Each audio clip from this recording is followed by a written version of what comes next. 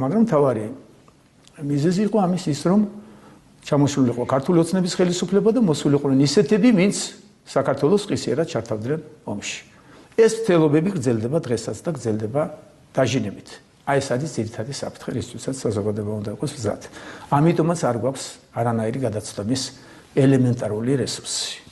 ჩვენ უნდა ვიყოთ ძალიან მობილიზებული, ძალიან მხიზლად, რომ არ მივიღოთ რაღაც უბედურება. წინააღმდეგ შემთხვევაში აქ აღარ არის საუბარი იმაზე, რომ კარგია, ცუდია, კარგი მთავრობაა, კარგი რიტორიკა აქვს, კარგი არა, ან ვიქნებით, ან არ ვიქნებით.